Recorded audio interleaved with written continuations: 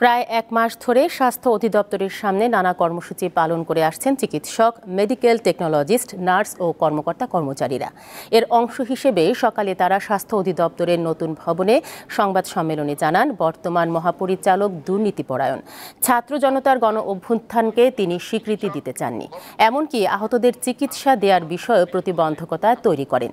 এজন্য স্বাস্থ্য অধিদপ্তরের নতুন মহাপরিচালক রোবেদ আমিন, পরিচালক প্রশাসন ফজলে রাব্বি সহ গুরুত্বপূর্ণ পদের কর্মকর্তাদের নিয়োগ আদেশ বাতিল সহ ৮ দফা দাবি জানান।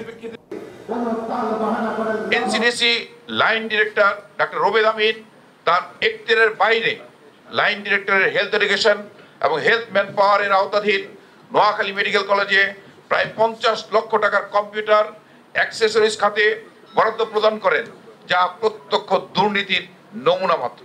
বিগত সরকারের সুবিধাপ্রাপ্ত এবং বৈষম্য বিরোধী ছাত্র জনতার আন্দোলনের বিরোধিতাকারী স্বাস্থ্য অধিদপ্তর এবং অন্যান্য স্বাস্থ্য প্রতিষ্ঠানের গুরুত্বপূর্ণ পদে যাদের নিয়োগ প্রদান করা হয়েছে তাদের নিয়োগ আদেশ বাতিল করতে হবে।